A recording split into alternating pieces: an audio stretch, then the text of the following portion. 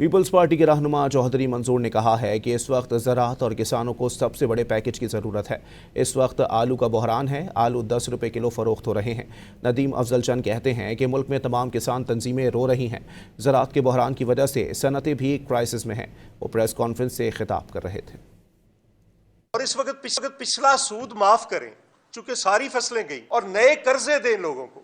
آپ بجائے سکے کہ زرعی بینک کو پرائیویٹائز کریں، زرعی بینک کے ذریعے نئے قرضے دیں۔ پورا انڈسٹری کا کرائسس ہے، ایکسپورٹس کا کرائسس ہے، آپ امپورٹ کر رہے ہیں، اپنے کسان کو سپورٹ نہیں کر رہے۔ تو حکومت کو چاہیے کہ آگے آ کر کسانوں کی مدد کرے، ورنہ اگر کسان مرے گا تو یہ ملک کے سارے طبقات مرے گا۔ آپ ایک طرف تو روڈا کے ذریعے ہاؤسنگ سوسائٹیوں کو اربوں روپیہ لگا کے بند بنا کے دے رہے ہیں لاہور کے اوپر، سرعام یہ کنفلکٹ آف انٹرسٹ ہے، سرعام یہ کرپشن ہے۔